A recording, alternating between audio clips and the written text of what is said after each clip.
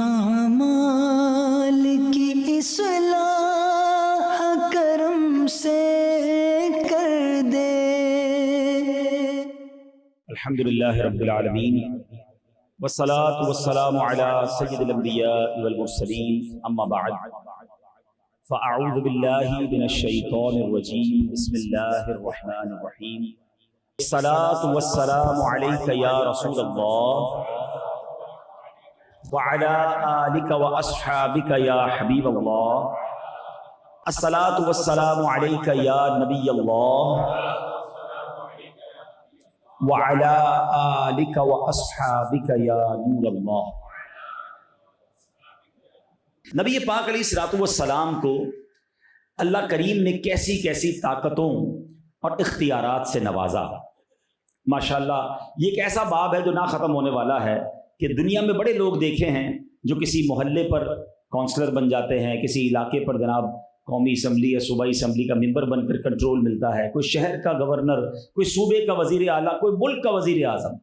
دنیا میں کئی لوگ ہیں جن کے پاس کچھ علاقوں کا کنٹرول ہے، مگر ایسی شخصیت کائنات میں کوئی نہیں آئی جو زمین پر رہ کر آسمانوں پر تصرف کر رہا ہو، جو انگلی کا اشارہ کریں تو چاند کو دو ٹکڑے کر دیں، جو ہاتھ اٹھائیں تو سورج کو واپس پلٹائیں، جو ہاتھ اٹھائیں تو اللہ بارش برسا دے اور انگلی کا اشارہ کریں تو بادل کٹ جائے۔ ایسے اختیارات اور ایسے کمالات ہیں کہ عقل حیران ہو جاتی ہے۔ بریلی کے تاجدار کہتے ہیں نا، تیرے تو وصف عیب تناہی سے ہیں بری، حیران ہوں میرے شاہ میں کیا کیا کہوں تجھے۔ تو یہ والی سائٹ تو بڑی کمال کی ہے، مگر یہ اسپرچول پاور ہیں، روحانی طاقتیں ہیں۔ مگر نبی پاک علیہ الصلوۃ والسلام کو رب کریم نے جسمانی طاقت سے کیسا نوازا تھا، یعنی باڈی کے لحاظ سے جسمانی طور پر طاقت کا عالم کیا تھا۔ لوگ بڑا پراؤڈ فیل کرتے ہیں کہ بھائی میں بڑا طاقتور ہوں، جم وم جاتے ہیں اور بڑی باڈی شاڈی بناتے ہیں۔ آؤ میں بتاتا ہوں اللہ نے اپنے حبیب کو تمام کمالات سے نوازا تو جسمانی طاقت کیسی تھی۔ ایک بار غزوہ خندق کا موقع تھا، صحابہ کرام علیہم رضوان جو ہیں وہ خندق کھود رہے تھے۔ اچھا یہ بڑا ڈیفیکلٹ ٹائم تھا۔ جو مزدور ہوتا ہے وہ مزدوری کر سکتا ہے، ہر بندہ مزدوری نہیں کر سکتا۔ ہم میں سے آپ میں سے کسی کو کوئی کہے چلے ذرا روڈ پہ ایک کھڈا بنا دیں، ہم شاید پورا دن بھی کوشش کریں تو نہیں ہو سکے گا، لیکن کسی مزدور کو بلائیں، وہ ماشاءاللہ اس کی جان ہوتی ہے، اس کی ہیبٹ ہوتی ہے، وہ تھوڑی 2-4 گھنٹوں میں ایک کھڈا بنا دے گا، ایک پورا ہول بنا دے گا۔ اب صحابہ کرام یہ کام کے عادی تو نہیں تھے، اور پہلی بار اسلام میں یہ مشورہ آیا تھا سیدنا سلمان فارسی رضی اللہ تعالیٰ عنہ کی طرف سے کہ ایک نئی اسٹریٹجی پلان کرتے ہیں کہ اس بار ہم جنگ ایسے لڑیں گے کہ کفار اور ہمارے درمیان ایک ٹنل بنا دیں، ایک خندق بنا دیں۔ ماشاءاللہ جو لوگ گئے ہیں 7 مساجد، اب وہاں 5 مساجد ہیں، تو وہ جگہ اصل ایگزیکٹلی وہی جگہ تھی کہ جہاں خندق کھودی گئی تھی۔ پیچھے پہاڑ تھا، آگے خندق کھود دیں گے، اس میں آگ لگا دیں گے تو کیا ہوگا کہ غیر مسلم ہماری طرف نہیں آ سکیں گے اور ہم سیکیور ہو جائیں گے۔ مگر وہ خندق بھی بڑی چوڑی اور بڑی گہری بنانی تھی۔ اب صحابہ کرام سبحان اللہ سارے لگے ہوئے ہیں، کدالے لے کر، پھاوڑے لے کر اور خندق کھود رہے ہیں۔ اچھا یہ ایک تو یہ کام جو جس کی عادت نہیں تھی۔ دوسرا کیا ہوا کہ بندہ تگڑا ہو، پیٹ بھرا ہوا ہو، انرجی ہو تو کام بڑا اچھا کرتا ہے، اور اگر بھوک کا عالم ہو تو بندہ پیدل بھی نہیں چل سکتا۔ بھوک کتنی تھی؟ اسی غزوہ خندق کے دوران صحابہ کرام نبی پاک کے پاس آئے اور کہا حضور بھوک لگی ہے۔ ایک صحابی نے اپنا کرتا اوپر اٹھایا اور پیٹ پر ایک پتھر باندھا ہوا ہے۔ نبی پاک علیہ الصلوۃ والسلام نے اپنا کرتا مبارک اٹھایا تو پیٹ پر 2 پتھر مبارک تھے۔ ذرا سوچئے، اس قدر فاقہ، قحط، بھوک کا عالم اور مزدوری کرنی ہے، خندق کھودنی ہے، جنگ لڑنی ہے اللہ کی راہ میں، کیا قربانیاں تھی۔ اب ذرا سوچئے، صحابہ کرام جب خندق کھود رہے تو ایک بہت بڑی چٹان آ گئی۔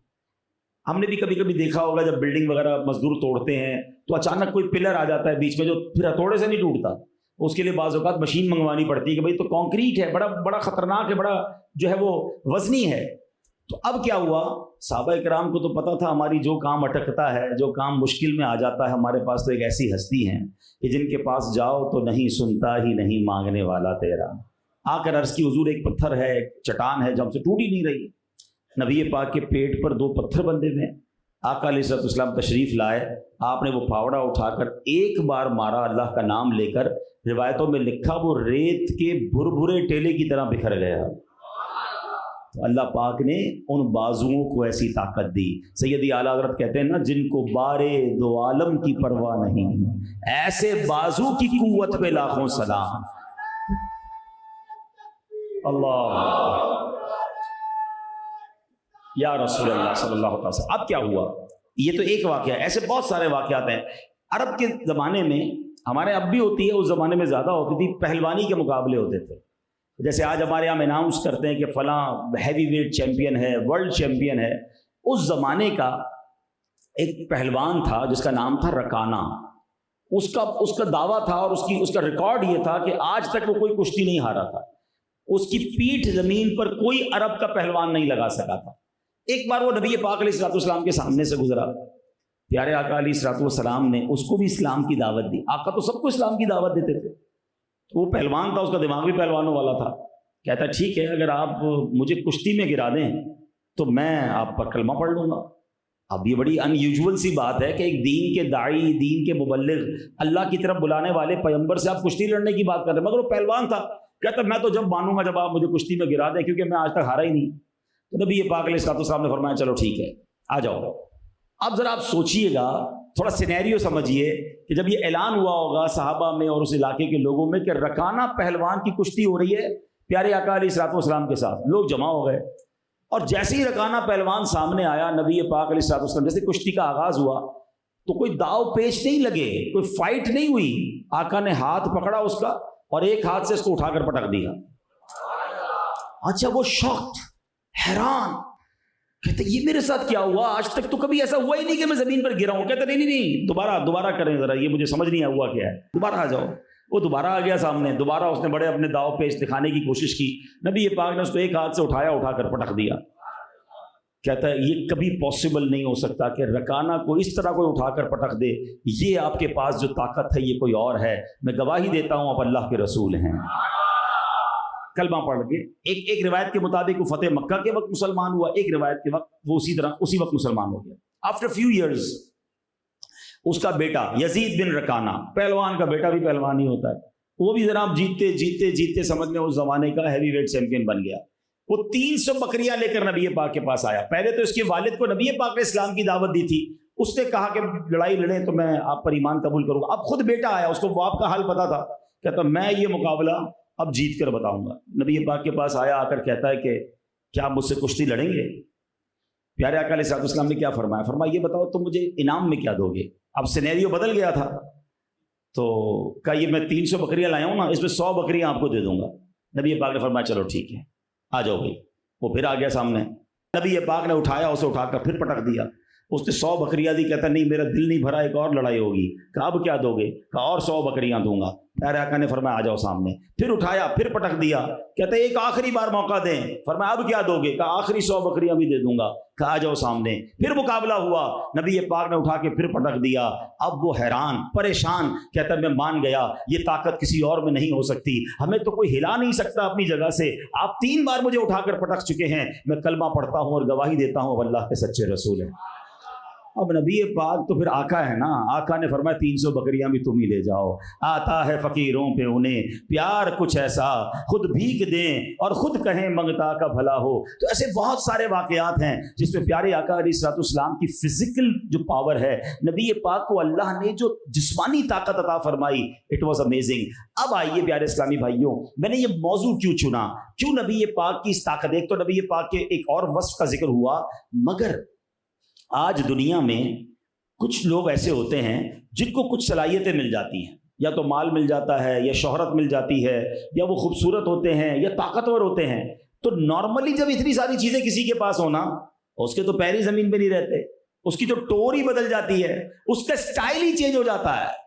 اللہ کے حبیب کا عالم یہ ہے کہ سر عرش پر ہے تیری گزر، دل فرش پر ہے تیری نظر، ملکوت و ملک میں کوئی شے نہیں وہ جو تجھ پہ آیا نہیں. مقام یہ ہے مگر عاجزی کا عالم یہ ہے، انکساری کا عالم یہ ہے کہ ایک بار اپنے کمرے سے باہر آئے تو صحابہ کھڑے ہو گئے۔ نبی پاک فرماتے ہیں تم میرے لیے اس طرح تعظیم کے لیے کھڑے نہ ہوا کرو جیسے اجمی لوگ ایک دوسرے کے لیے کھڑے ہوتے ہیں۔ اللہ اکبر! صحابہ نبی پاک کی تعظیم نہ کرتے تو کس کی تعظیم کرتے؟ مگر پیارے آقا کا ایٹیٹیوڈ کیا ہے، نبی پاک کا انداز کیا ہے کہ رب کے حبیب ہیں، وجہ تخلیق کائنات ہیں، ہی از the reason of the all creation۔ لیکن جب اس طرح صحابہ کرام کھڑے ہوتے، آقا اسے پسند نہ فرماتے، گھر کے کام کرتے، اپنے گھر والوں کے ہاتھ بٹاتے، اپنے خادموں کے ساتھ کام میں ہاتھ بٹاتے، اپنے خادموں کے ساتھ بیٹھ کر کھانا کھایا کرتے۔ کبھی ایسا ہوتا، ایک بار کیا ہوا، ایک شخص نبی پاک کے دربار میں پہلی بار آیا، فرسٹ ٹائم، اس نے بہت سنا تھا اللہ کے نبی ہیں، پورے عرب کے لیڈر ہیں، تو وہ ڈرنے لگا، وہ نبی پاک کی ہیبت نبوت سے کانپنے لگا۔ اللہ کے حبیب علیہ الصلوۃ والسلام نے کیا پیارے جملے ارشاد فرمائے اور بڑی کمال کی انکساری فرمائی۔ مضمون کچھ یوں تھا کہ تم مجھ سے کیوں لرز رہے ہو، کیوں گھبرا رہے ہو، میں کوئی جبار بادشاہ نہیں، میں کوئی جبار حاکم نہیں۔ اللہ اکبر! یہ انداز تھا لوگوں کو بالکل سیٹسفائی کرنے کا اور لوگوں کے ساتھ گھل مل کر رہنے کا۔ اے میرے پیارے اسلامی بھائیوں، عاجزی کا عالم یہ ہے، چٹائی پر سونا ہے، کبھی خاک پر سونا ہے، کبھی کھجور پانی ہے، اور کبھی 2 دن تک کھانا بھی نہیں ہے، مگر اللہ کی رضا پر راضی ہیں۔ اس پہ بھی علماء نے بڑی ڈیبیٹ کی ہے، سبحان اللہ۔ علماء کہتے ہیں کہ اللہ کے حبیب علیہ الصلوۃ والسلام چاہتے تو بادشاہوں والی زندگی گزارتے، ان کے پاس کیا کمی تھی؟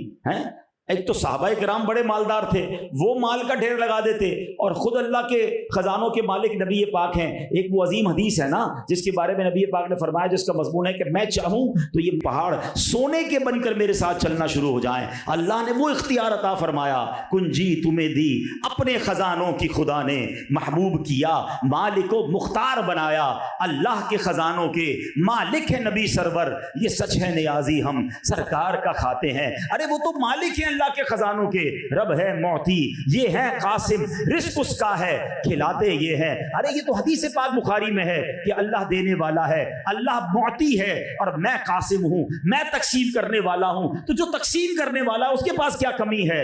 مگر اللہ اکبر! حال کیا تھا کہ کبھی جو کی موٹی روٹی تو کبھی کھجور پانی، تیرا ایسا سادہ کھانا مدنی مدینے والے ہے، چٹائی کا بچھونا، کبھی خاک ہی پہ سونا، کبھی ہاتھ کا سرہانا، مدنی مدینے والے۔ تو اے میرے پیارے اسلامی بھائیوں، نبی پاک اس طرح عاجزی کیا کرتے۔ تھوڑا سا پیسہ آ جائے، تھوڑی سی شہرت مل جائے، کسی طرح کا کوئی مقام مل جائے، پیری زمین پہ نہیں رہتے، بات ہی نہیں کرتے غریبوں سے۔ ایک طرف کہتے ہیں غلامی رسول میں موت بھی قبول ہے، بھائی نبی پاک کی عاجزی قبول نہیں، انکساری قبول نہیں، دل بھرے نے لوگوں کے تکبر سے۔ خدا را یاد رکھیے، ایک طرف عاجزی کے فضائل ہیں اور تکبر اتنی بری بلا ہے۔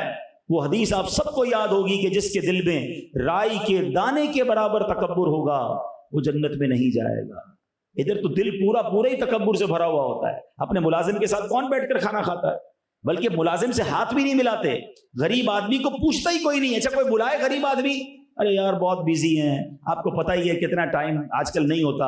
امیر کی دعوت میں سب سے پہلے پہنچے ہوئے ہوتے ہیں، نہ بلائے تو افسوس ہوتا ہے، یار سب کو بلایا مارکیٹ کے سیٹھ نے، مجھے نہیں بلایا ہے، لیکن تمہیں تمہارے ملازم نے بھی بلایا تو اس کی بچی کی شادی تھی۔ آپ بلیو کریں، یقین کریں، آپ اپنے ملازم اپنے کسی غریب رشتہ دار کے گھر دعوت میں جائیں، وہ ساری زندگی یاد رکھے گا، اتنا دل سے دعائیں دے گا۔ امیر کی دعوت میں نہ جاؤ، ویسے ہی 1000 آدمی آئے ہوا، تم نہیں گئے کوئی نہیں پوچھے گا، یاد بھی نہیں ہوگا کہ تم آئے کہ نہیں آئے۔ ہمارا ایٹیٹیوڈ ہی چینج ہو گیا ہے۔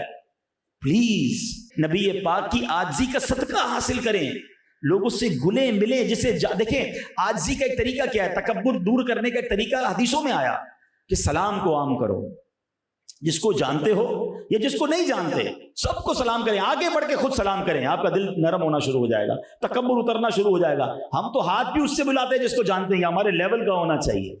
نہیں میرے پیارے اسلامی بھائی، میں آپ کو 2-3 مشورے دیتا ہوں، آپ ایک عجب خوشی محسوس کریں گے۔ ایک تو جیسے میں نے کہا کہ جب بھی آپ کو آپ کا ملازم، آپ کا کوئی غریب رشتہ دار بلائے، آپ ضرور جائیں اس کے گھر، اس کی دال روٹی بیٹھ کے مزے سے کھائیں، اس کے بچوں سے بات کریں، اس کے گھر میں بیٹھ جائیں، اس کے ساتھ، اس کو فیل نہ کرائیں کہ آپ کو مزہ نہیں آ رہا، اس کے گھر میں کمرہ اچھا نہیں ہے تو ریلیکس نہیں ہے، کوئی بات نہیں، وہ ساری زندگی یاد رکھے گا کہ میرا صاحب میرے گھر آیا تھا۔